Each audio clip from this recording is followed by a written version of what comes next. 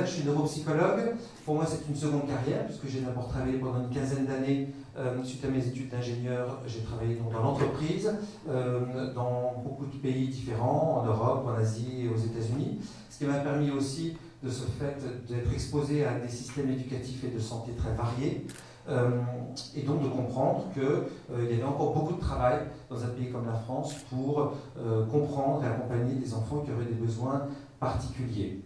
Et c'est donc par passion que j'ai commencé à faire un parcours académique en psychologie et en sciences cognitives qui m'a amené par la voie de la recherche à donc décrocher une qualification de neuropsychologue.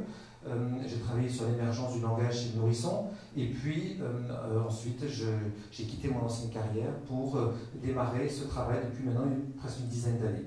Je partage mon temps entre trois piliers relativement inégaux, puisque le premier pilier, c'est un pilier donc de dépistage, et c'est de comprendre, de faire le tri, et je vous en parlerai tout à l'heure quant aux signes et à l'explication de ces signes dans les troubles des apprentissages.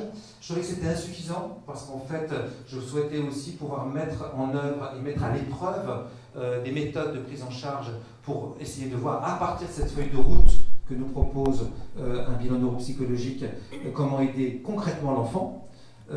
Et enfin, nous essayons, je dis nous parce que collectivement, de garder un pied dans la recherche, et nous avons la chance d'avoir un comité scientifique et d'avoir des équipes de recherche qui sont proches de nous et qui continuent en fait à essayer d'élucider et de préciser certains de ces troubles.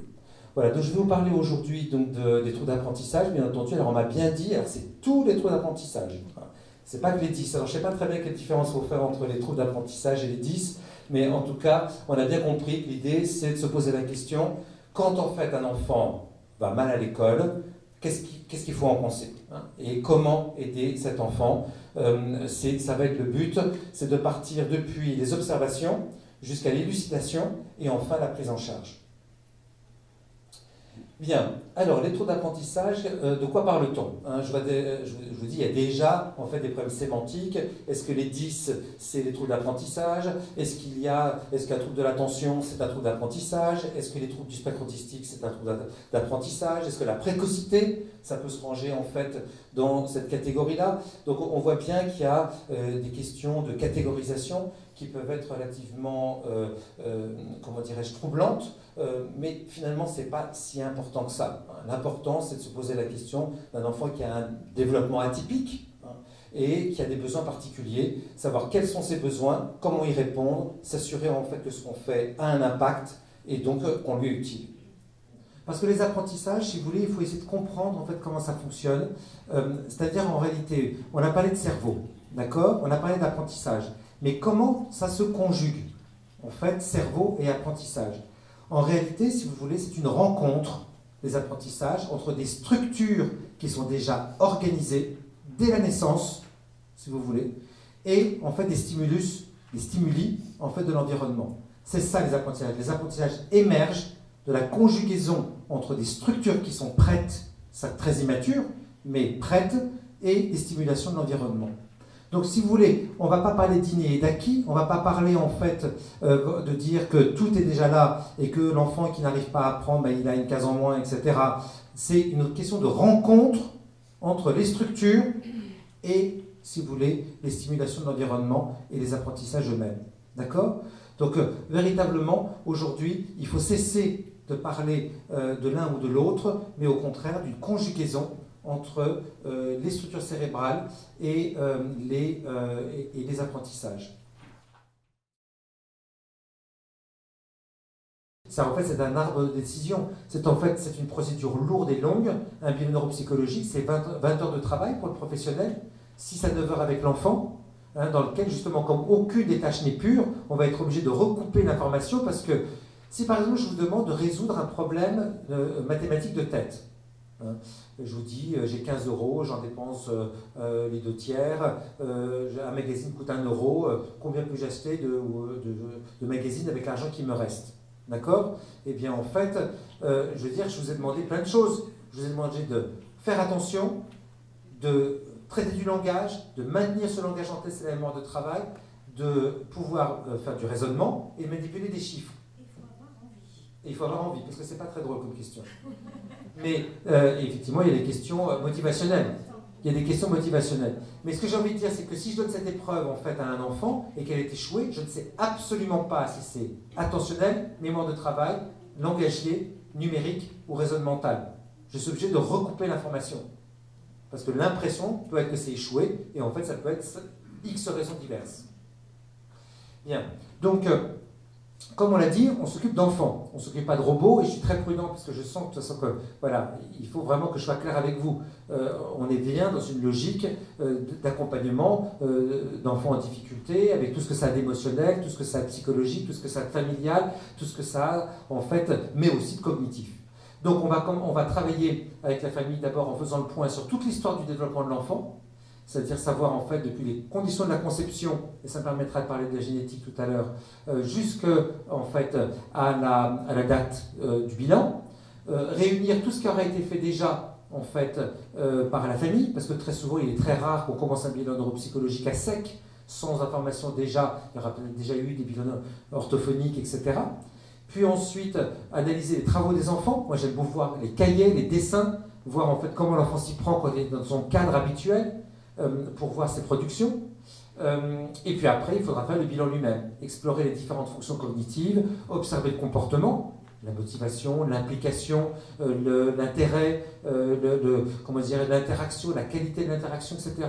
Et puis les enjeux émotionnels et de la personnalité qui vont colorer, qui vont habiller, qui vont finalement compléter tout ça. Parce qu'à partir de là, on va avoir une mine d'informations, mais il va falloir les trier, les organiser pour pouvoir en fait les comprendre. Donc, une fois qu'on a fait ce bilan, en fait, on va pouvoir vraiment cartographier les points forts et les fragilités de l'enfant, et on va pouvoir de ce fait aussi proposer une véritable feuille de route à la famille, les professionnels, l'enseignant, pour pouvoir se dire qu'est-ce qui est prioritaire et qu'est-ce qui serait éventuellement plus secondaire. Bien, ce bilan, en fait, les différentes dimensions analysées, comme on l'a dit, c'est dans toute la complexité de l'organisation cérébrale. Ça va partir, en fait, des grands axes. Donc, l'idée, c'est d'avoir une vocation exhaustive sur tous les savoirs et savoir-faire de l'enfant. Donc, ça va être des systèmes, par exemple, sensorimoteurs et praxiques, c'est-à-dire, en fait, la prise d'informations visuelles, la réponse motrice, la coordination entre l'œil et la main, la latéralisation, combien de dysgraphies derrière lesquelles se cache, si vous voulez, une ambiguïté de latéralisation, un faux droitier ou un faux gaucher. Il faut étudier effectivement les questions de langage oral dans toutes les dimensions, depuis en fait les traitements phonologiques jusqu'au discours, la prosodie, le second degré, l'implicite. C'est tout ça en fait qu'il faut évaluer. Le langage écrit, si l'âge de l'enfant le permet. Tout ce qui est praxique, c'est-à-dire l'inscription intentionnelle des gestes dans l'espace. Donc l'écriture par exemple, mais aussi tout ce qui est visio-constructif. Et qui va nous permettre de voir comment l'enfant conçoit l'espace et s'inscrit dans l'espace. Le nombre, être mauvais en maths, c'est pas être dyscalculique et inversement. C'est pas la même chose. La dyscalculie, c'est un trouble du sens des nombres. Donc là, il faut effectivement pouvoir l'évoquer. Les systèmes de mémoire, dans toute leur complexité, encodage, consolidation, récupération, en fait, d'éléments en mémoire. Oui. Absolument. Planification, raisonnement. Et ça, c'est effectivement notre étalon. Ça, c'est une très bonne question. Un bilan neuropsychologique doit se baser d'abord, en fait, sur une évaluation des compétences intellectuelles globales de l'enfant. Un enfant, en fait, qui, hélas, a un retard global, ce qu'on appelle en fait une déficience intellectuelle, eh bien, effectivement, on ne va pas pouvoir parler de troubles spécifiques. On sait en fait qu'on parle du fait que le parcours du combattant de l'enfant, de la famille et de l'enfant qui a un trouble 10, c'est 3 ans. C'est-à-dire qu'en fait, entre les premiers signes et un diagnostic à peu près fiable, c'est 3 ans de travail. Il y a beaucoup de fausses routes, de fausses pistes, de tentatives plus ou moins pertinentes. Et puis, c'est pour ça que le bilan neuropsychologique a du sens quand on voit bien que c'est plus intriqué et que c'est pas très convaincant, qu'on a agi, que ça n'a rien fait. C'est bien pour ça que je trouve que si l'enfant 10 est en situation en fait, de double punition. Parce que quelque part, il doit faire l'école. Il est en difficulté. Ça prend plus de temps. Il n'a pas tout fait, il ou elle n'a pas tout fait. Il faut refaire l'école le soir. En plus, il faut aller chez l'orthophoniste, l'ergothérapeute, l'orthoptiste, le psychologue, etc. On y passe le week-end, on n'a pas de vie d'enfant, la famille s'épuise et l'enfant avec. Hein. Et en souffrance sociale et l'hyperactivité peut déranger toute la classe. Mais bien sûr, alors l'hyperactivité, ça n'empêche pas d'apprendre, mais le niveau de tolérance est très varié en fait d'un professionnel à l'autre, d'un parent à l'autre, donc ça peut aussi être très perturbant en fait pour la vie familiale ou pour la vie scolaire.